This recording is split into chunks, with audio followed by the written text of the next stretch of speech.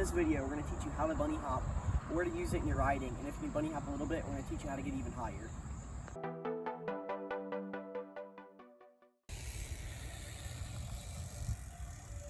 Today I'm going to be teaching you the basics of bunny hopping. Your technique is what matters here, it's not about your bike. So the very first step to bunny hopping is getting your front wheel up. So that's going to require you putting all of your weight down through your arms into your handlebars, like this. And see how that preloads my fork? So once you preload your fork, you're going to pull up. So you're going to push down, then pull up. And when you do that, you can get your front wheel off the ground. That's the very first step to bunny hopping. Now you have to get your back wheel off the ground.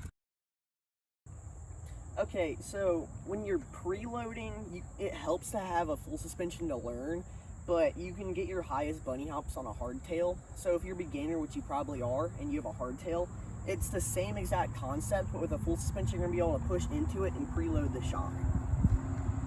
To start getting your back wheel up after you're comfortable with getting your front wheel up, the key to it is to point your toes down. It's just like jumping, but when you point your toes down, your goal is to take the bike with you. And to do that, you need to kind of point your toes down, push back into the bike, and scoop the back end up.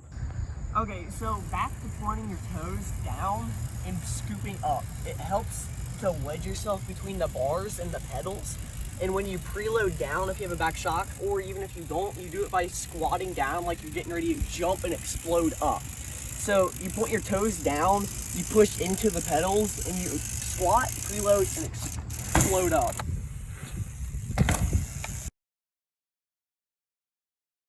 So in order to bunny hop with the skills we've just taught you, you need to figure out how to tie it together. There's a few ways you can do this. First off, you need to know how to move the bars. If you just move the bars up, the only thing that's going to come up is your front wheel. If you just move them forward, all that's going to come up is your back wheel. So you're going to have to do a bit of a backwards C motion, like this. So when I do that, both wheels come off the ground. Secondly, after you figure out the bar movement, you're going to need to refer to the slow-mo and look at Ty's feet and how he brings his waist to the handlebars. When he brings his waist to the handlebars and angles his toes down, that helps bring the back end up in conjunction with the front end. After you figured all of that out, you're just going to need to work on your timing, and then you should know how to bunny hop.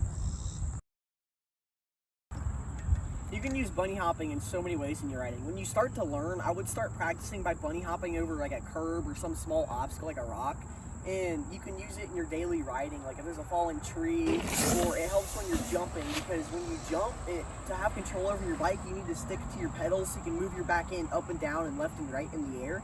So it'll help you jump, it'll help you drop. It's the fundamental thing to riding. And you can bunny hop into staircases and do all kinds of other stuff like that. CCMTV!